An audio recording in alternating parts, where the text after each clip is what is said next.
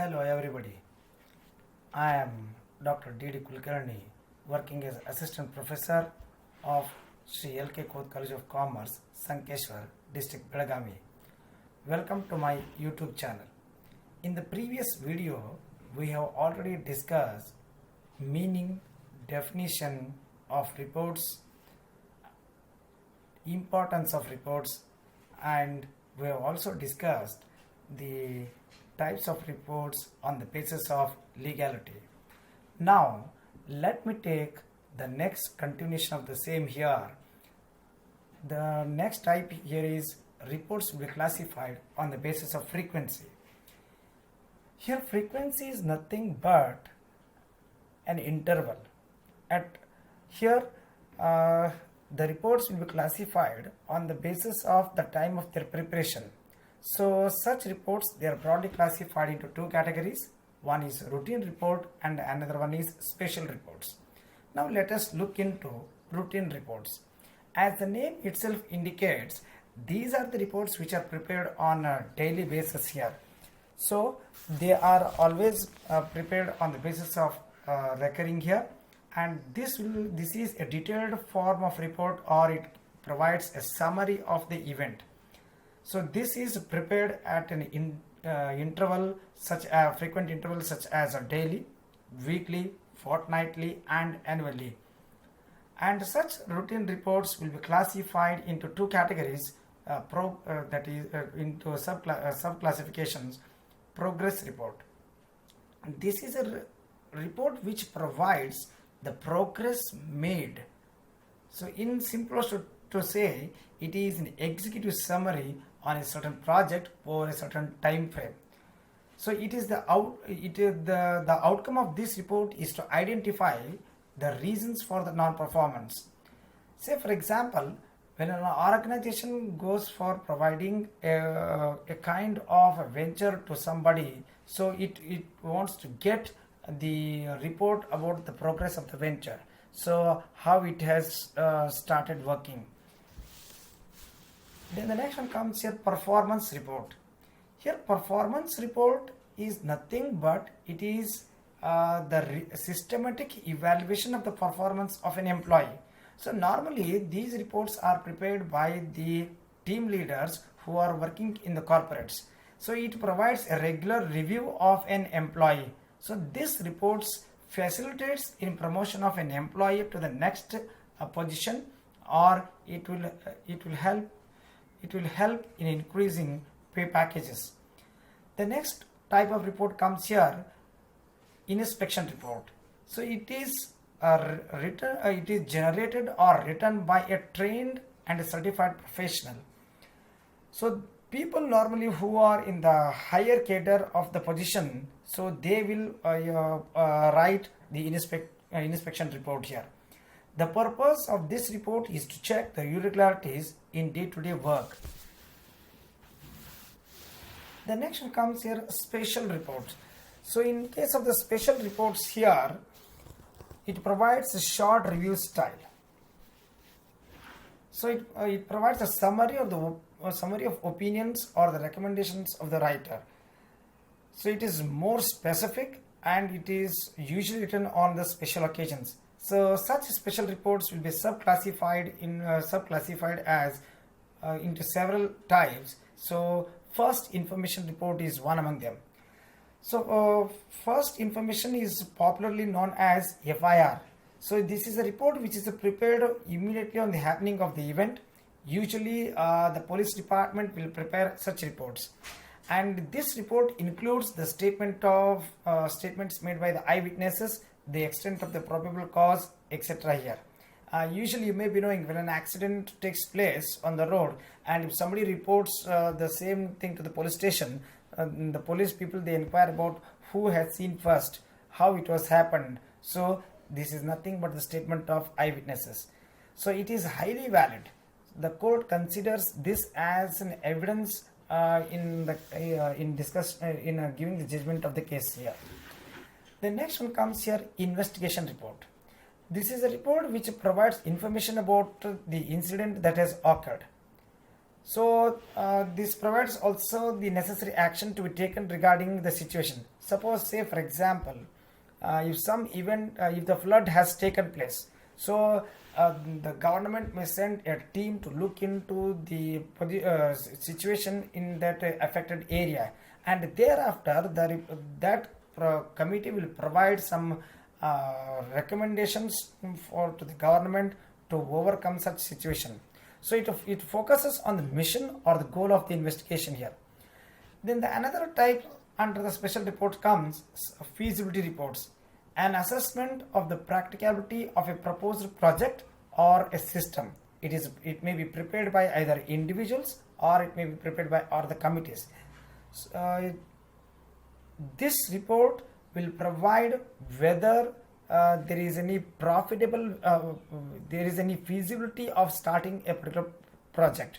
Suppose, say for example, if any organization to start a supermarket in a tier 3 cities, so in that case it may ask a particular individual or a committee to submit regarding the viability of starting that supermarket or the departmental store in that particular locality. It is more analytical in nature. Then the next comes under the special report, the one more is that confidential report. It is nothing but the general assessment of the work performed by a government servant subordinate to the reporting authority. Say for example, a boss may give a report about his subordinates to the higher authorities so that the necessary action can be taken for the employee. Say that may lead to sometimes that may have a positive impact as well as a negative impact. So usually this report is written once in a year. Then the next one comes here, the report on the basis of the writer. So here it can be classified into two categories. One is individual report and another one is the committee report. So what is this individual report? As the name itself indicates, when a report is written by an individual, such report is called as individual report. Usually written by those individuals who are heading the organization, who are leading the organization here. For example, it may be like say for example branch manager, sales manager may submit a report regarding the progress made by a product or about their branch, or it may about the performance of their employees also. So here the next comes here the committee reports.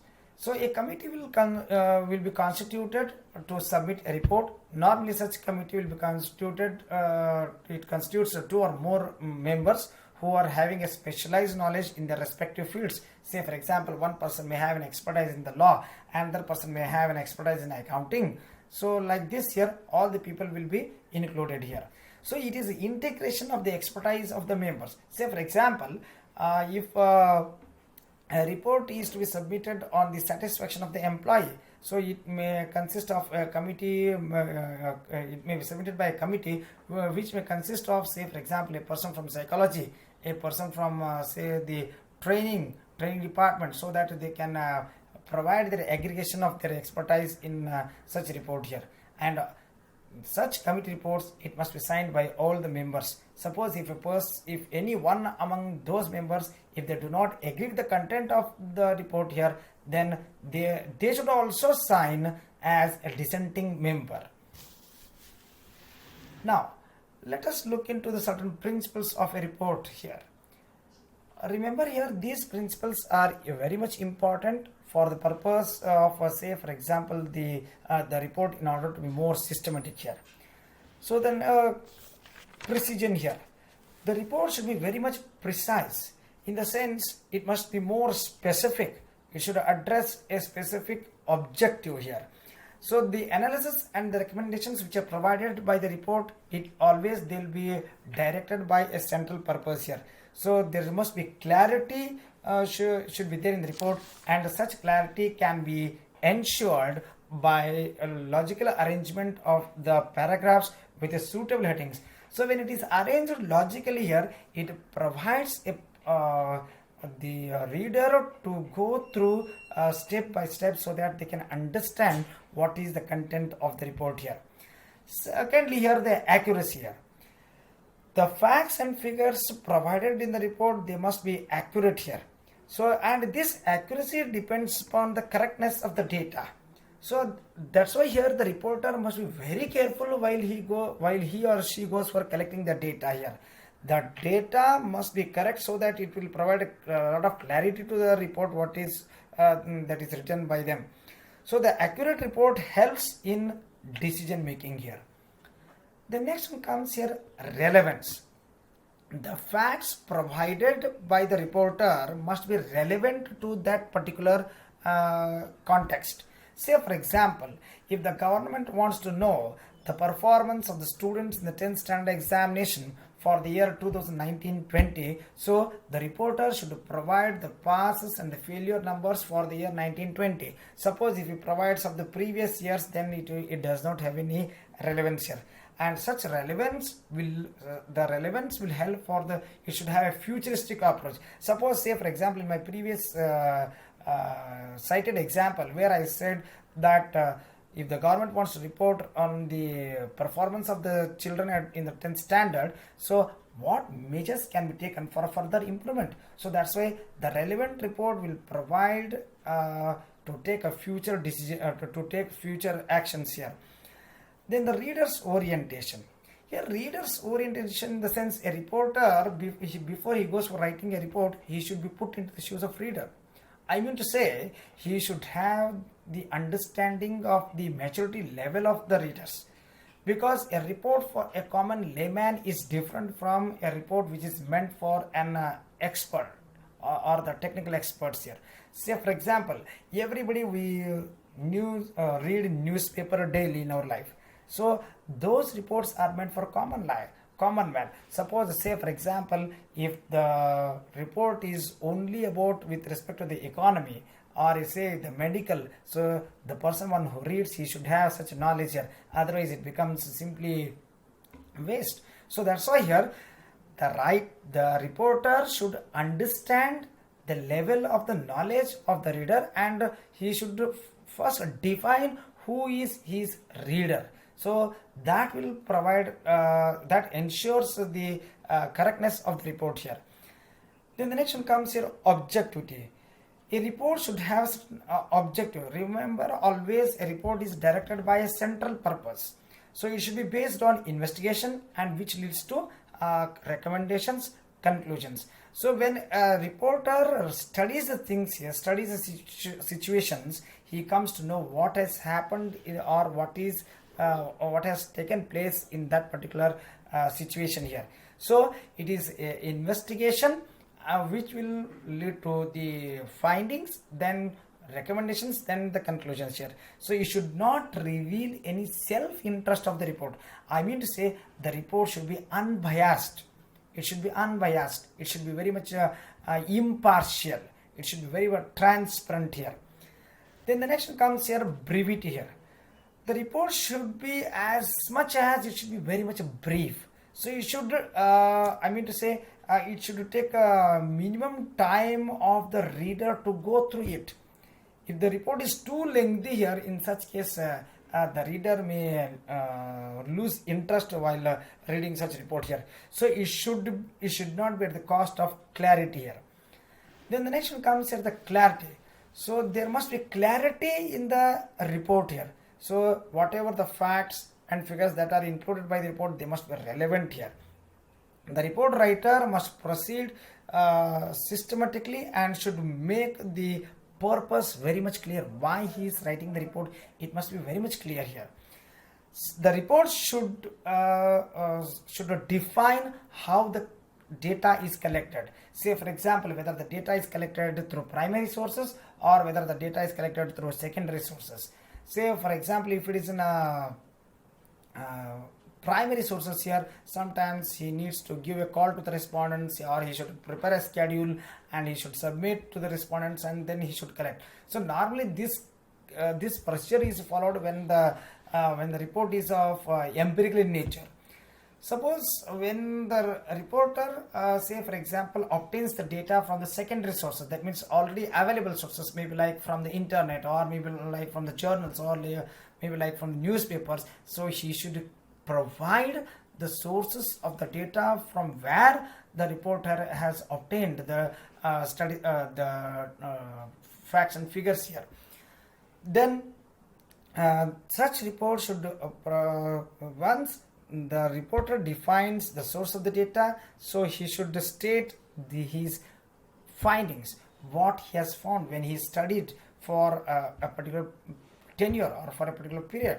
Then he should also mention the recommendations for the policy implications here. And lastly, then grammatical accuracy here. The report should be free from all the grammatical mistakes.